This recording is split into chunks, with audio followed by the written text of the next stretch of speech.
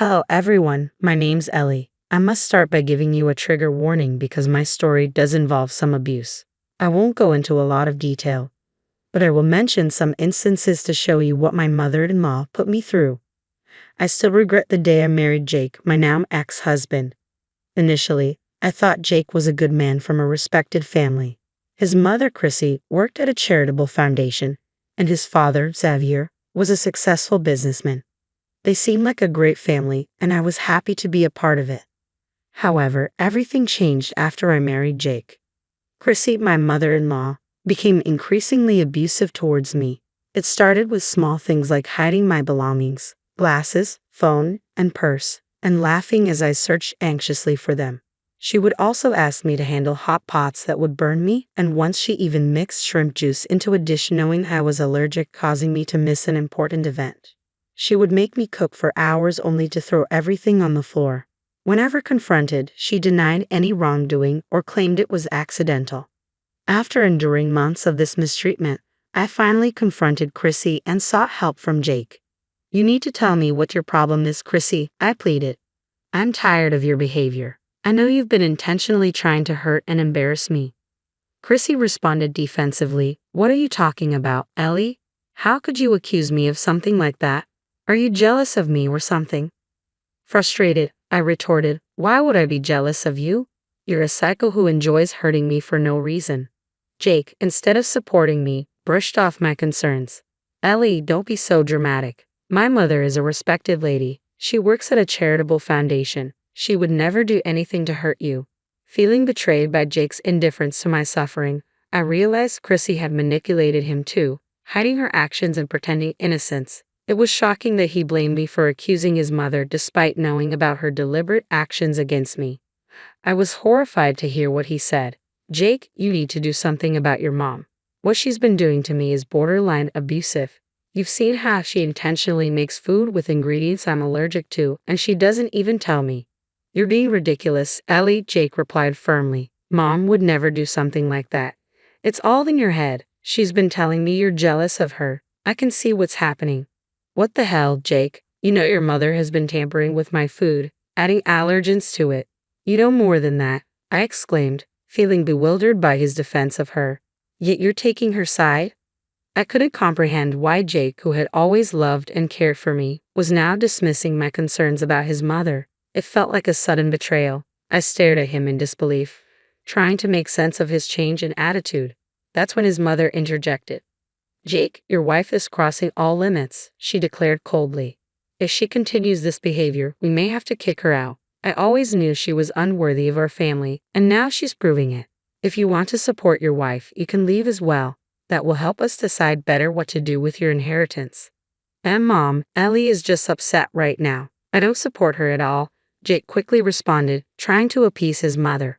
"I promise she'll behave herself. If not, you can kick her out. I won't mind. I always knew you were the reasonable one, Mom. Thank God you can see past this." I was stunned.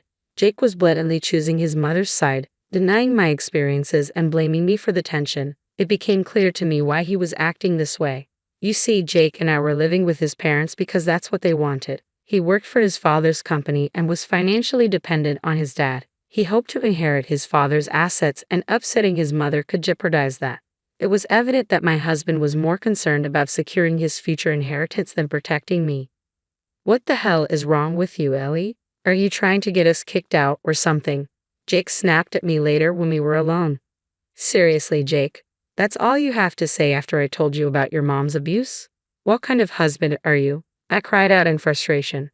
"The kind that knows how to secure his future," Jake replied coldly. "You're insane, Ellie. You can't just expect me to accuse my mom of such things and drag me into your problems. If she gets mad at me, do you think she'll let Dad give me my inheritance?" "Is your inheritance more important than your wife, Jake?" I asked, tears welling up in my eyes. "We don't need anything. Let's leave and buy our own house. It may be smaller, but it will be ours, and no one can abuse me there," I pleaded. "Don't be ridiculous, Ellie. We could never afford a house like this." "I'm not going anywhere. You'll put up with my mom and stop complaining," Jake asserted firmly. "If you don't, I'm sure my mom will kick you out. Don't come crying to me because I won't help you." And at that moment, I realized the truth. When I realized my marriage was over, Jake betrayed me in the worst possible way. He wasn't the man I thought he was. Feeling helpless, I watched as Chrissy escalated her abusive tactics, now assured Jake wouldn't intervene. I felt lost, wanting to flee and leave it all behind. But I refused to let Chrissy get away with her cruelty. I devised a plan to expose her. Accessing the house's security footage covertly, I compiled undeniable evidence of Chrissy's abuse against me into a video. I bided my time, waiting for Chrissy's upcoming birthday celebration, where Xavier and guests would be present. That day became my deadline, my moment to confront her. On Chrissy's birthday, she played the gracious hostess, behaving impeccably, likely because of the guests. I played along, biding my time until after the cake was cut. Stating before everyone, I made a calm announcement. "Thank you all for joining us to celebrate my dear mother-in-law, Chrissy," I began. "I'm sure many of you know what a sweet and caring woman she appears to be. Today, on her birthday, I thought it fitting to share a glimpse of the real Chrissy." Without further ado, I directed everyone's attention to a screen where I had prepared a video compilation. "Please enjoy this video I've put together to honor our dear birthday girl," I said, as I played the footage. Prepared for any backlash, I had friends on standby, ready to support me if needed. After enduring years of Chrissy's abuse, I had reached my breaking point. I no longer cared about her or Jake. I was done. As the video played, the room fell silent. Guests watched in horror and disbelief as the truth about Chrissy unfolded before their eyes. Chrissy and Jake stood in stunned silence, while Xavier's expression betrayed deep reflection. In that moment, I knew I had taken a stand against my monstrous mother-in-law, exposing her deceit to everyone present. I didn't blame Jake. He had been away for days and unaware of what had been happening. When the video ended, it was my father-in-law, Xavier, who broke the silence. "What the hell did I just watch, Chrissy?" he demanded. "It's not what it looks like, Xavier. These videos are fabricated, taken out of context," Chrissy hurriedly replied. Xavier's voice remained firm. "Oh really, Chrissy? They don't look fabricated to me. Are you suggesting my daughter-in-law went to the lengths of doctoring videos just to humiliate you?" "Yes, that's exactly what I'm saying, Xavier," Chrissy insisted. "Ellie is doing this out of malice. I don't know how she managed to manipulate those videos. I would never do something like this." Chrissy's casual lies infuriated me. She was attempting to convince everyone that a year of abuse documented in my video was entirely fabricated. I couldn't believe she might still deceive people after exposing her antics. I calmly responded, "So now you want to blame me for tarnishing your image, Chrissy? Let's settle this then. Let's call the police and let them decide if these videos are fabricated."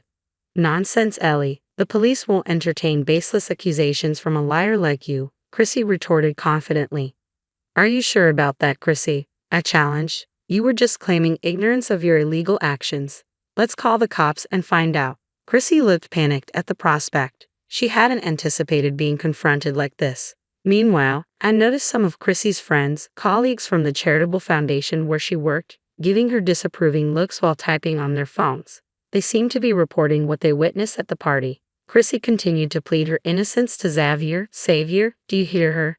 She's threatening to involve the police. Ellie is trying to get me into trouble. She's delusional." Xavier's expression hardened.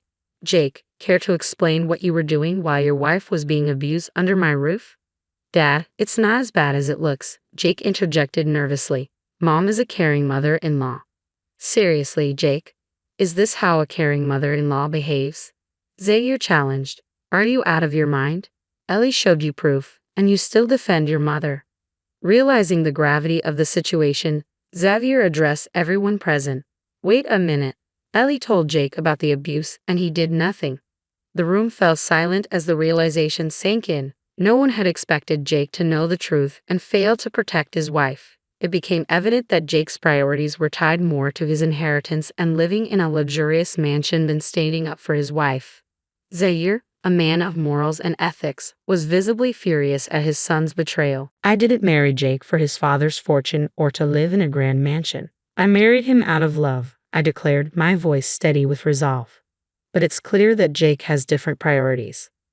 Xavier stepped forward, his expression reflecting disappointment and anger. It was clear he wouldn't tolerate Chrissy's behavior any longer. When I told Xavier that I had informed Jake about the abuse, he refused to believe me. Jake had always dismissed my concerns, accusing me of overreacting and defending Chrissy. He insisted he couldn't risk upsetting her because it might jeopardize our stay in the house. "Why didn't you come to me sooner, Ellie?"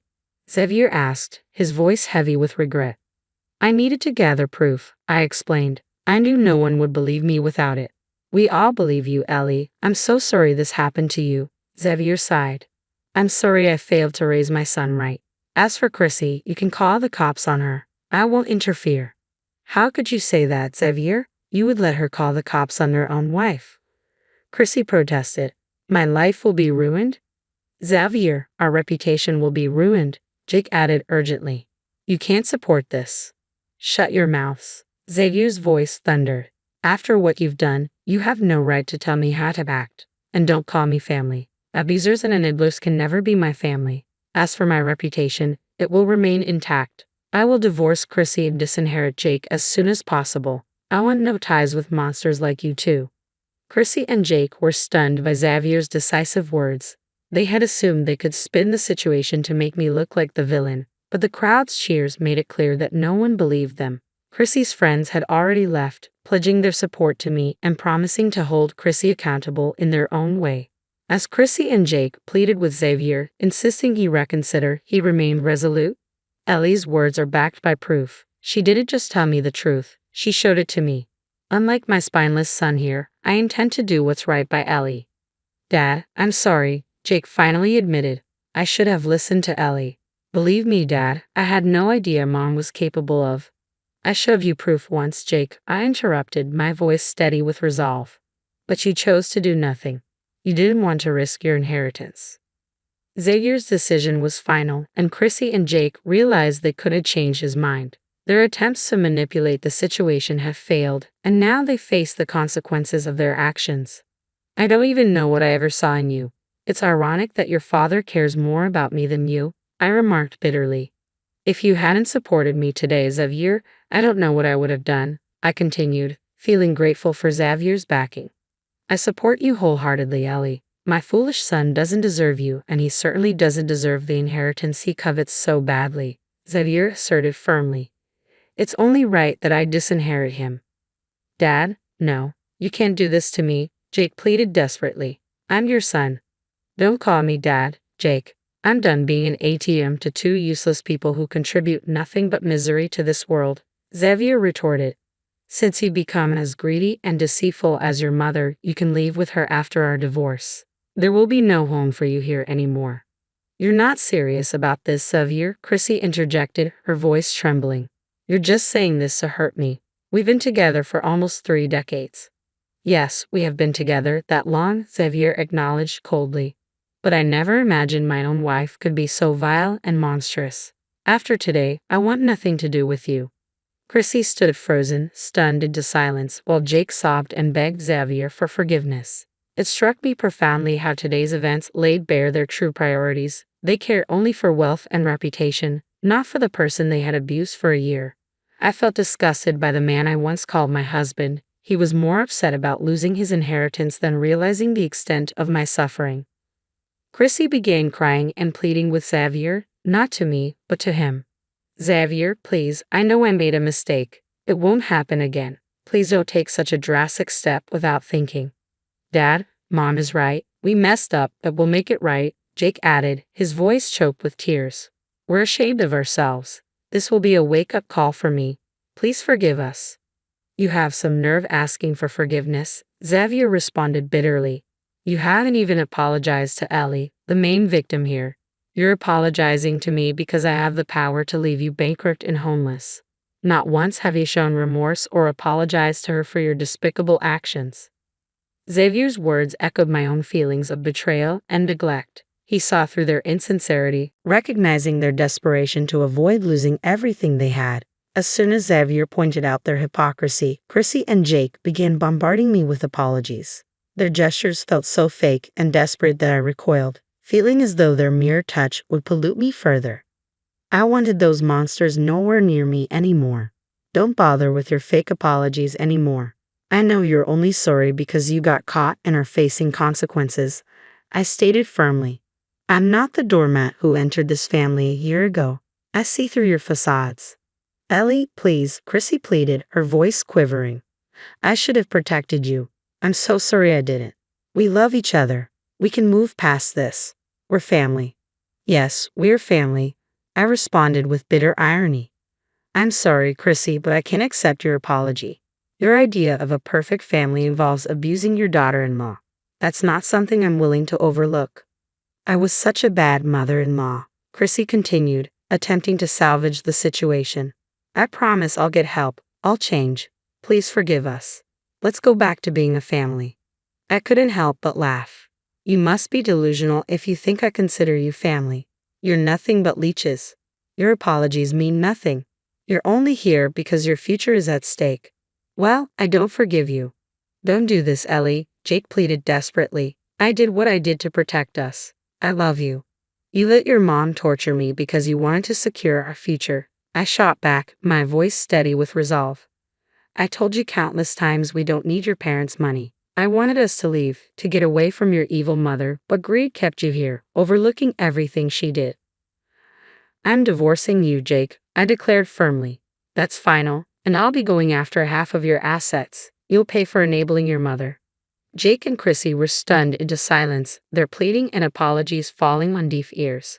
They continued crying, but I was done listening. I called my friends, who swiftly gathered my belongings and drove me away from that toxic household.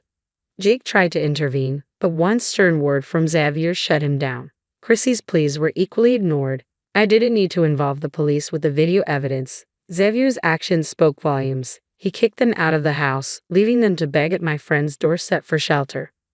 Xavier had an ironclad prenup, ensuring Chrissy received nothing. Her friends at the charitable foundation exposed her actions, resulting in her dismissal. Jake lost his job at his father's company, along with any hope of a substantial inheritance. Chrissy had the audacity to appeal to me for help, claiming we were family. I promptly kicked them out and threatened a restraining order if they ever contacted me again. In the months that followed, I settled into my own place, having rented a small flat. The divorce was finalized smoothly, with Jake relinquishing assets he had once believed secure. He worked two jobs now, supporting a mother who refused to work.